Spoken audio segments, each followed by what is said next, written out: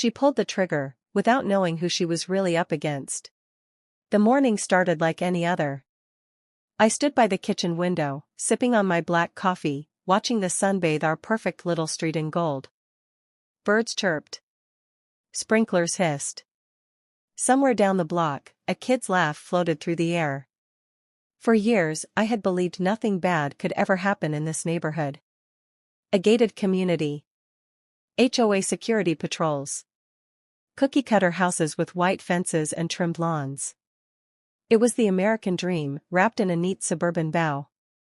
And for a long time it felt real. Emily, my daughter, had just come back home after completing her FBI training. 6 months in the field already, but to me, she was still my little girl with a stubborn chin and a fire in her eyes. That morning, she was dressed casual, a black FBI hoodie, jeans, running shoes. She laced up, grabbed her earbuds, and told me she was going for a jog around the block. Routine. Harmless. Normal. At least, it should have been. I had just turned away from the window, thinking about making pancakes, when the sound of screeching tires sliced through the morning peace like a knife. I rushed back to the front window just in time to see Mike, the head of our HOA security, jump out of his black pickup, gun already drawn. My heart stopped. Mike was a stocky guy, ex-military, someone who took the idea of neighborhood security way too seriously. I'd seen him harass teenagers for skateboarding and yell at delivery drivers for parking too long. But nothing could have prepared me for the sight of him leveling a handgun at my daughter. Emily froze mid-step, hands instinctively raised halfway. Her training kicking in.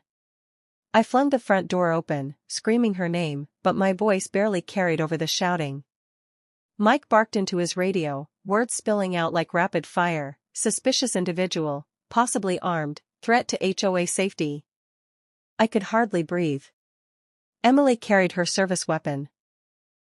Standard protocol, even when off duty, tucked safely under her hoodie. She hadn't even touched it. She stayed calm, speaking slow and clear. "Sir, I am a federal agent. Lower your weapon." Mike didn't budge. If anything, he gripped his gun tighter, knuckles white. His voice cracked with adrenaline. "Drop your weapon. Get on the ground now."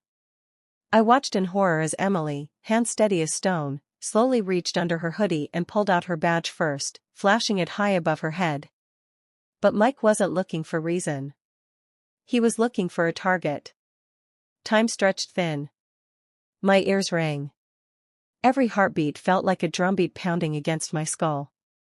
Emily had no choice. She drew her sidearm low, pointed safely at the ground, in the kind of practiced motion only law enforcement knew. She wasn't threatening. She was protecting herself. 2 guns. 10 yards apart. One wrong twitch and blood would be on the sidewalk. Neighbors started peeking through windows, a few stepping onto their porches. Phones lifted. Cameras rolled. And still, no backup came. No police sirens. Just Mike, drunk on fear and power, and my daughter, balancing between life and death with every breath she took. I wanted to run to her, to scream some sense into Mike, but my legs were rooted to the spot. Fear pinned me down harder than any handcuff ever could. Emily's voice cut through the thick, charged air. "I am FBI. You are pointing a weapon at a federal agent. Lower your firearm immediately."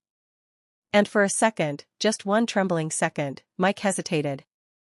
His brow furrowed, doubt flickering across his face. But it was too late. Even if he realized his mistake now, the damage was already done. Trust had shattered. Safety had crumbled. And the worst was yet to come. Because when the real cops finally showed up, this wasn't going to be swept under the rug. Not this time. The sirens came late. Too late. By the time the first squad car screamed onto the street, half the neighborhood had gathered, drawn like moths to a fire they couldn't resist. Phones were everywhere, catching every grim second. I barely registered the officers spilling out, weapons drawn, shouting overlapping commands. "Drop it. hands where we can see them. Down on the ground. Emily didn't flinch. She knelt, slow and controlled, setting her service weapon on the pavement, raising her empty hands above her head. Her badge still dangled from her fingers, gleaming in the morning sun. She didn't yell, didn't argue. She knew how fast misunderstandings could spiral. She played it by the book, because one mistake could still get her killed. Mike stood frozen, gun still half-raised, confusion and panic warring on his face. It was only when two uniformed officers roughly shoved him aside that he seemed to snap out of it, stumbling back like a man waking from a nightmare. FBI, agent on duty, Emily said, her voice clipped and official. Badge number 76432. I was jogging in the area when this individual approached me with a drawn weapon without provocation. An older officer, must have been the sergeant, knelt beside her, quickly confirming her ID. I saw the exact moment his face paled under his sunglasses. He stood up, snapping orders at his men to lower their weapons. I stumbled down the front steps, legs shaking, heart battering my ribs. "That's my daughter," I shouted, though I doubted anyone could hear me over the chaos. "She lives here." Neighbors whispered, filmed, gasped. No one moved to help. No one moved to stop it. Just open mouths and wider eyes. Within minutes, Emily was on her feet again, surrounded by a protective bubble of real law enforcement. Mike, meanwhile, was cuffed awkwardly by his own fellow security buddies, muttering about miscommunication and neighborhood protection. I wanted to scream at him. To shake him. To demand how in God's name he thought this was protecting anyone. Instead, I watched as Emily kept her chin high, even as her hands trembled ever so slightly by her sides. Someone, I don't know who, handed me a phone. A city official on the other end, voice tight and brittle, apologizing before I even said a word. Promises that the incident would be handled. That everything would be reviewed. That Mike would be placed on immediate leave. But none of it mattered. Because the damage wasn't something you could file a report for. The illusion was broken. Our neighborhood, our little slice of safety, had shown its teeth. And they weren't aimed at the bad guys. They were aimed at one of their own. The rest of the day blurred into a smear of statements, paperwork, and strained conversations. Emily refused medical attention, though they insisted. She sat in the living room, still in her hoodie, still stone-faced, as an endless parade of officials cycled through our front door. By nightfall, when the last cruiser finally pulled away, she let herself sag against the couch, looking 10 years older. "I'm fine, Dad," she said before I could even ask. "It's not the first time something like this has happened. Won't be the last." I wanted to argue. To rage against the unfairness of it all. But she wasn't wrong. Not here. Not anymore. Outside, the neighborhood seemed eerily silent, like the whole street was holding its breath. I knew this wasn't over. Not by a long shot. Because Mike's mistake was about to blow up bigger than anyone could have guessed. And when it did, no one, not even the HOA, would be able to contain it. The news vans rolled in before sunrise. I stood at the kitchen window, coffee cooling in my hand, watching the circus set up just outside our driveway. Satellite dishes unfolded like mechanical flowers. Bright lights stabbed into the dim gray morning. Reporters, all smiles and perfect hair, rehearsed their lines beside the sidewalk chalk outlines where Emily and Mike had once stood. By 7 a.m., it wasn't just the local stations. It was national. Emily hadn't slept. She sat curled up on the living room couch, hoodie pulled tight around her, eyes hollow. Her phone buzzed constantly, texts, emails, missed calls. FBI supervisors. Internal affairs. Even some news outlets trying, absurdly, to get her exclusive side of the story. She ignored them all. Around 8, the HOA president showed up. I heard the knock, the fake cheerful rhythm, before I saw him, Gerald Carter, in his spotless polo shirt and khakis, carrying a clipboard like it was a shield against reality. "We should talk," he said, already stepping inside without waiting for an invitation. Emily didn't even look up. Look, Gerald began, setting the clipboard on the kitchen island like he was hosting a bake sale. This situation has gotten out of hand. There's a lot of emotions flying around. The board feels it's best if we all just, de-escalate. I stared at him. De-escalate? I repeated, voice low. Yes, Gerald said, nodding eagerly, missing the danger entirely. Mike's actions, while unfortunate, were motivated by concern for the community. And your daughter, well, she's new here. Maybe she didn't understand the neighborhood patrol protocols. Protocols. The word hit like a slap. I took a slow step forward. Gerald actually leaned back, clipboard clutched to his chest. Are you blaming her? I asked. No, of course not, he said quickly, sweating now. But public perception matters. And with the media here, the board is concerned about the neighborhood's image.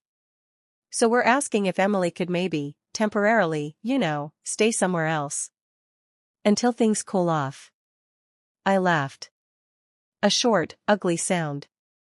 You want her to leave her own home because your security goon pulled a gun on a federal agent? Gerald flinched. It's not about blame. It's about appearances.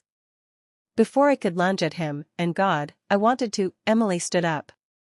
It's fine, Dad, she said, voice flat. Let them have their little bubble. It was never safe here anyway.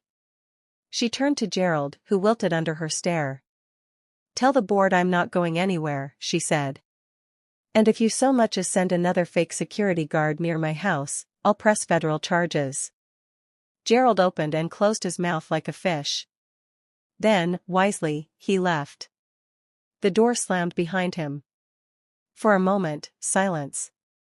Then Emily slumped back onto the couch, burying her face in her hands. I sat beside her, helpless. Outside, cameras flashed.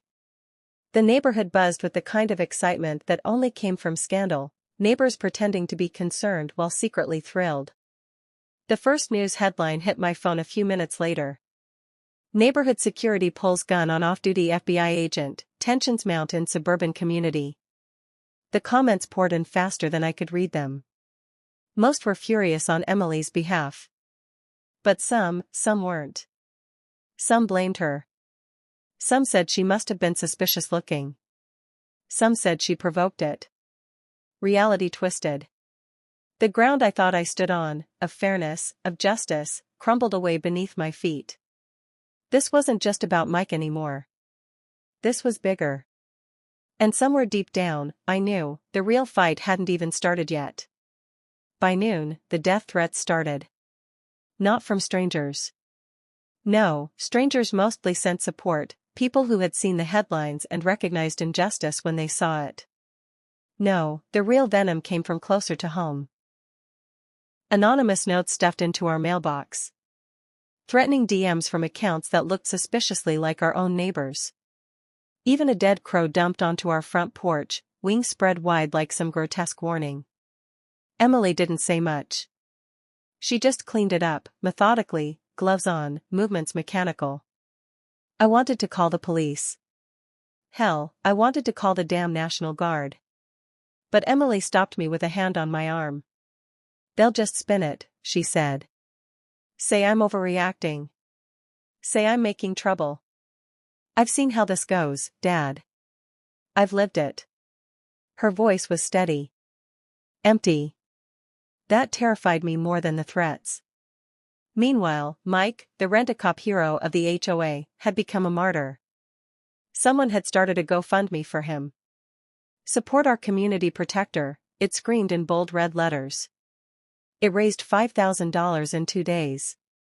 Apparently getting your gun taken away after assaulting a federal agent made you a folk hero now. I watched Gerald Carter give a live interview on the evening news, all polished smiles and crocodile tears.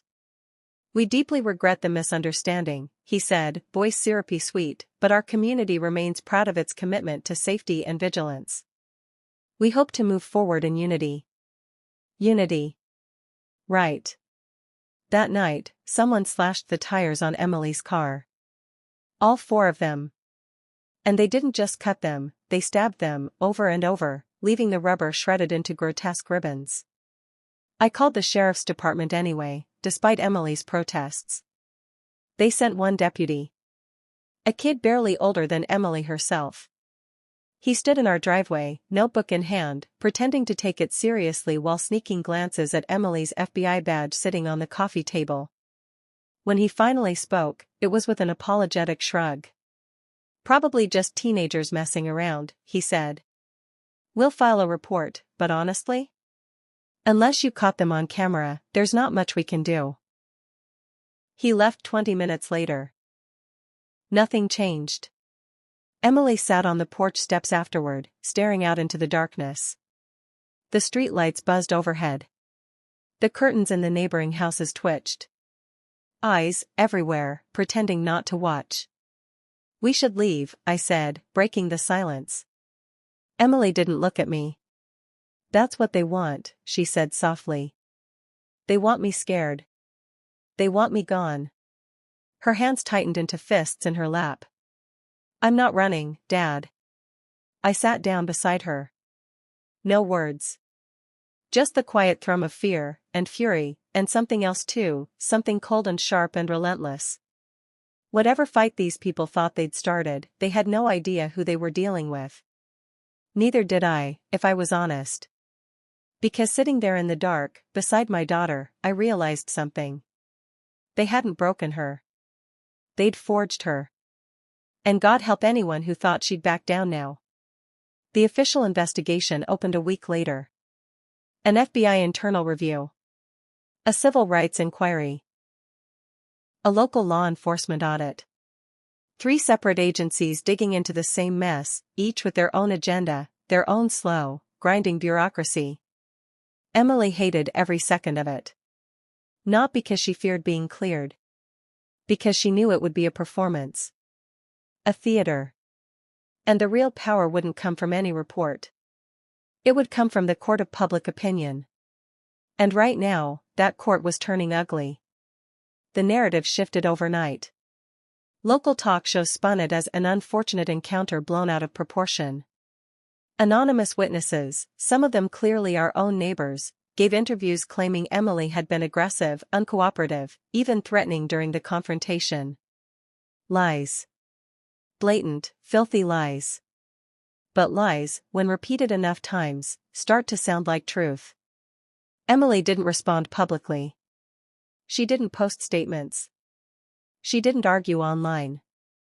She trained. Every morning before dawn, she ran 5 miles.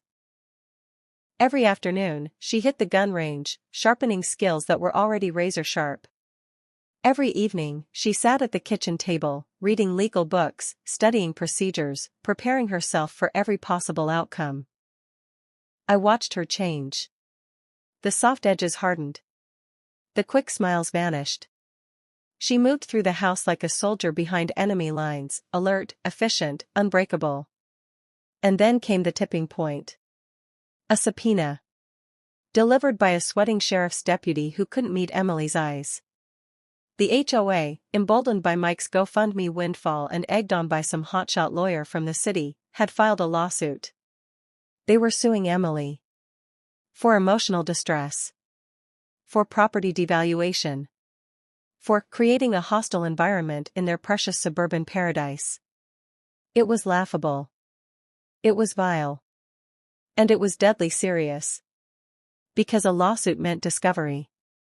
Depositions. Public hearings. A new flood of headlines. A second crucifixion. I watched Emily read the thick packet of legal documents in silence. Watched her set it down on the table. Watched her slowly, deliberately, pick up her phone. She made 2 calls. First, to her supervisor at the bureau. Then, to someone she hadn't spoken to in years. An old law professor she admired, a woman with a reputation for making corrupt institutions bleed. When she hung up, her eyes were no longer hollow. They burned. "If they want a war," she said quietly, "we'll give them one." I believed her. For the first time since that awful day, I actually felt hope. Because Emily wasn't just going to survive this. She was going to scorch the earth. The news of the lawsuit exploded like a match tossed into dry grass. Not truth. Not justice. Just another fresh kill for the vultures. Tabloids, local blogs, morning talk shows, they swarmed like flies. The headlines screamed. FBI agent threatens peaceful community. Federal overreach, who's really the aggressor? Nobody cared about facts. Nobody cared about context. A shaky video surfaced online, a clip, grainy and silent, showing Emily raising her hand during the confrontation. No sound. No lead-up. No aftermath. Just a single moment, stripped of meaning and weaponized against her. By nightfall, things got worse. Someone threw a brick through our living room window.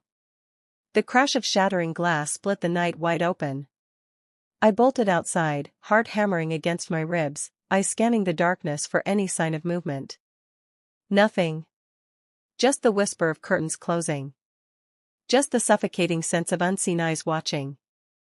Emily picked up the brick with gloved hands. She placed it gently on the coffee table like a trophy. No words. No emotion. Just cold, focused stillness. I wanted to call the police. The bureau. Hell, I wanted to call in a damn SWAT team. Emily stopped me with a hand on my arm. They want us scared, she said, voice low and sharp.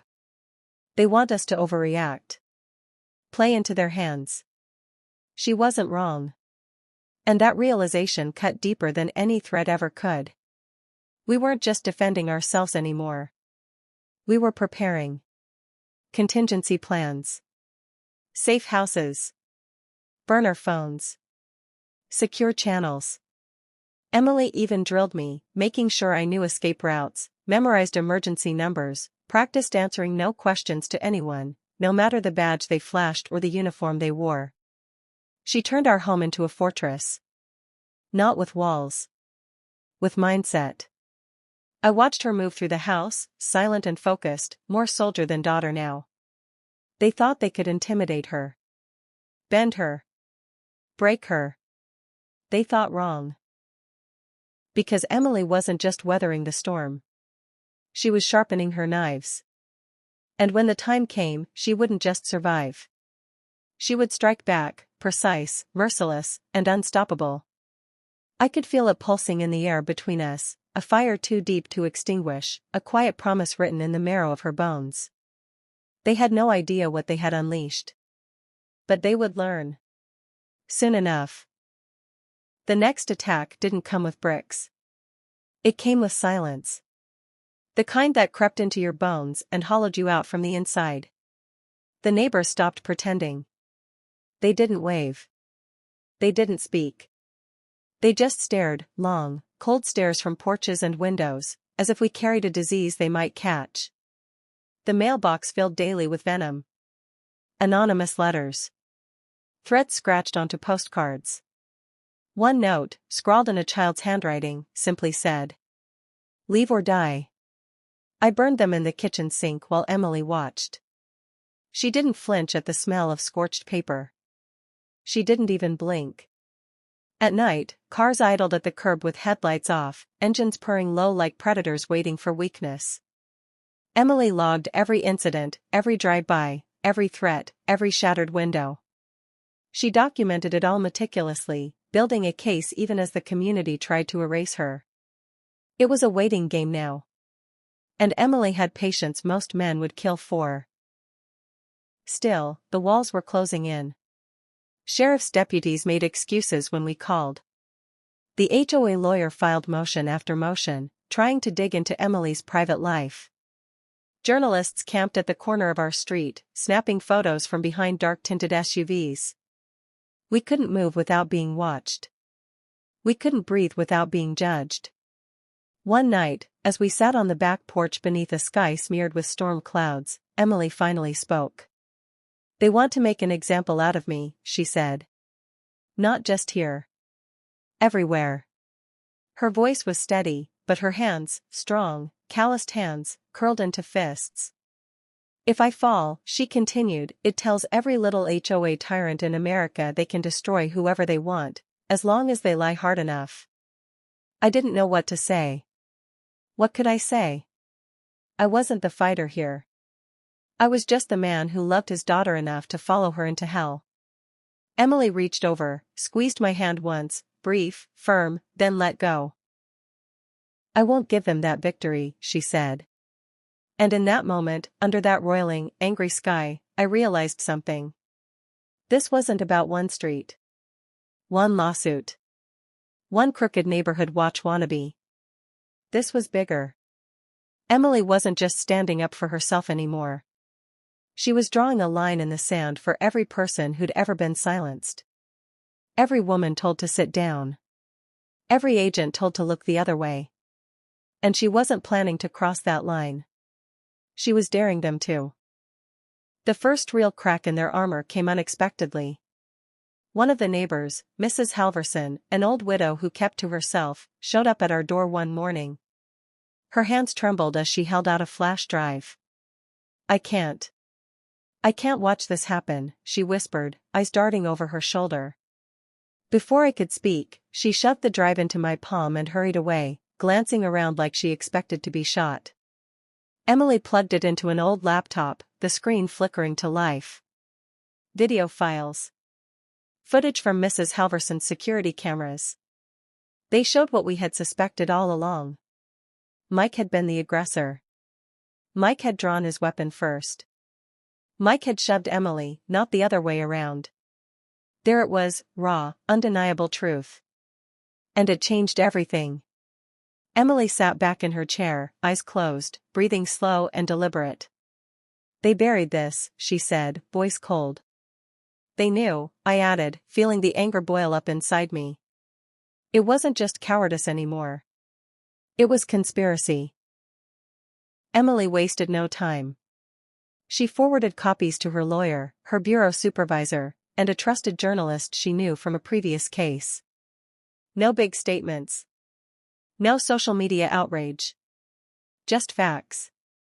Hard, brutal facts. Within 24 hours, the narrative shifted again. Not completely, too many had already picked their side, but enough to crack the foundation. Local news stations began asking tougher questions.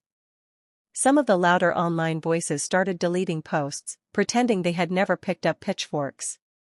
The HOA lawyer tried to play it down, of course. Out of context. Misunderstood actions. Community safety. But the footage didn't lie. The footage didn't blink. Mike became a liability overnight. And when desperate men feel the ground slipping under their feet, they do stupid things. That night, someone set our mailbox on fire. We woke to the acrid stench of burning plastic and charred letters. Emily stood in the driveway, watching the flames lick the night sky, her face lit by the glow. She didn't call the fire department. She didn't run. She just stood there, arms crossed, daring them to try again. It wasn't just defense anymore. It was war. And Emily was ready to burn down everything they thought untouchable. By the end of the week, the gloves were off. Mike disappeared from town, gone overnight, no forwarding address, no explanation. Rumors swirled like vultures overhead. Some said he skipped bail. Some said he got relocated by friends in high places. It didn't matter. The damage had already been done. The HOA board tried to distance themselves, fast. Gerald Carter gave another sickly sweet press conference, droning about healing and moving forward while sidestepping every real question. But Emily didn't care about their apologies. She wanted accountability. The civil rights lawsuit Emily filed hit the system like a wrecking ball. Not just against Mike. Against the HOA. Against the sheriff's department. Names. Dates. Specific acts of harassment meticulously documented and backed with evidence. It wasn't just a shot across the bow. It was a full broadside. And suddenly, people who had jeered at us across the street began avoiding eye contact. The news trucks returned. this time less eager to paint Emily as the villain. She kept her composure through it all. Calm. Professional.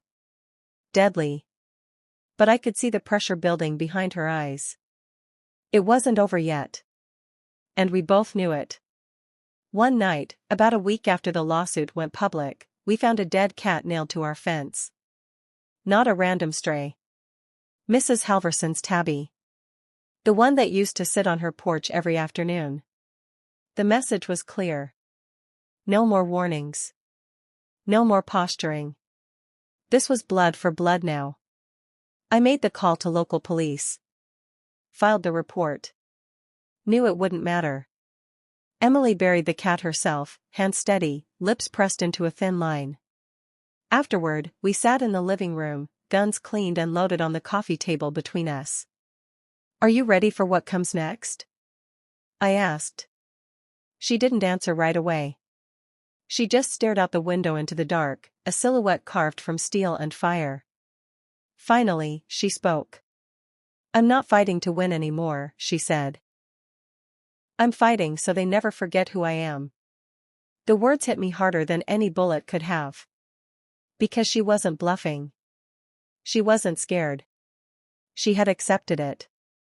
Whatever came, the lawsuits, the threats, the violence, Emily was past fear. She was something else now. Something unstoppable. Something inevitable. And God help the ones who pushed her to this point. Because there was no going back. Not for her.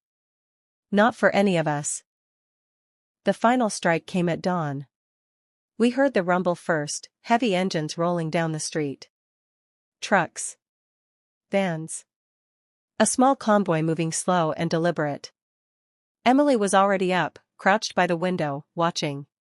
No uniforms. No badges. Just men. Men in work boots and ball caps, moving with the kind of cocky swagger that said they thought they owned the world. I grabbed the shotgun from behind the door. Emily shook her head once, sharp. Not yet, she whispered. They poured into our yard, a dozen of them, maybe more, yelling, banging on the door, trying to provoke us. I recognized faces. Neighbors. Coworkers. Parents from the PTA. All of them drunk on fear and hate. Emily stood up, calm as a sunrise. She opened the front door and stepped onto the porch, alone. The shouting died in an instant. She wasn't armed. Wasn't armored. Just a woman facing down a mob with nothing but her will. You've made your choice, Emily said, voice carrying clear into the chilly morning air. Now face the consequences. They laughed. One man stepped forward, grinning wide, reaching for her, probably to shove her, maybe worse. That's when the sirens hit. Federal. State. Local. Lights splashed red and blue across the houses. The convoy that rolled up behind the mob wasn't a rescue. It was a reckoning. Turns out Emily's calls hadn't gone unanswered. The DOJ. Internal Affairs. Civil Rights Division. They had been building a case for weeks, moving quietly, documenting everything. And now they moved in, fast and surgical. Arrests. Warrants. Property seizures. The mob scattered like roaches under a floodlight, but it was too late. Handcuffs snapped tight. Voices rose in desperate, ugly shouts. Tears flowed where once there had been only smugness. And Emily stood there, watching it all, silent and still, a lighthouse in the storm. I stood beside her. Didn't need to say anything. She had already won. Not just against Mike. Not just against the HOA. Not even just against the small-minded hate of a neighborhood. She had won against the fear. Against the silence. Against the system that had once taught her to keep her head down. When the dust settled, and the sun finally rose over the shattered remnants of their little empire, Emily turned to me. Now, she said quietly, we rebuild. Not here.